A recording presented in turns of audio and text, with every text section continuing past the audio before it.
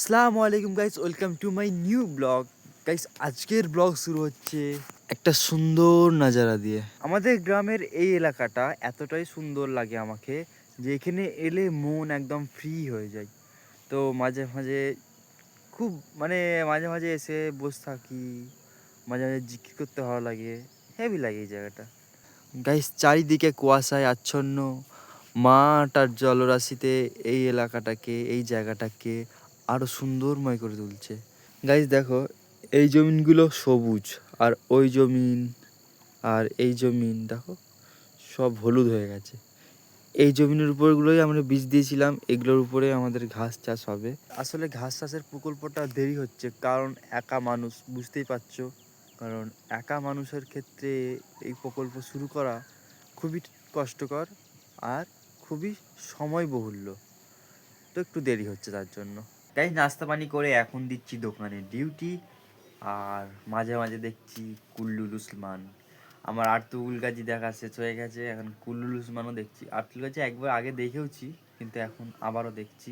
মুসলমান জওয়ানদেরকে তৈরি করার মতো একটা বেস্ট সিরিজ কুল্লুল উসমান, আর্তুল গাজী, এদের বুনিয়াদি একটা ইসলামিক রিয়াসাদের, তো খুবই সুন্দর, চাইলে আপনারাও দেখতে পারেন। গাইস, আগের দিন এই গাছের ডাল সব কেটে দিয়েছিলাম, শুধু ওই ডালটা রেখেছিলাম।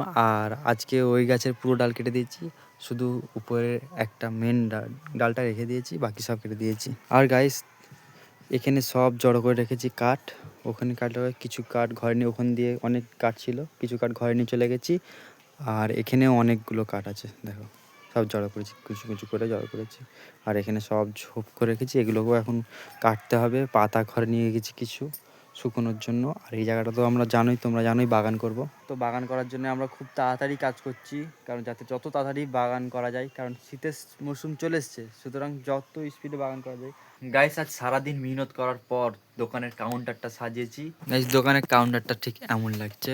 এই জায়গাটায় এত ক্যাচরা, কারণ এই জায়গাটায় যত মানে এক্সট্রা কাটা জিনিসগুলো যেগুলো আছে সেগুলো এখানে রেখেছি। আর তেলগুলোকে এত সুন্দর এমন করে সাজিয়ে রেখেছি।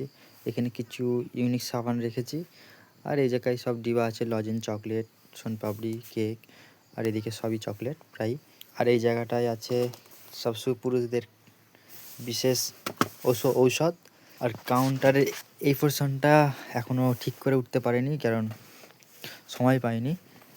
সবচেয়ে নিচের পোর্শনটাও ঠিক করে ফেলেছি এইভাবে, ঠিক আলো লাইট নেই, যাই কমা লাইটেই দেখা যাচ্ছে। এখানে এখানে লাইট, এখন এগুলো যদি লাইট লাগানো হয় খুব সুন্দর লাগবে।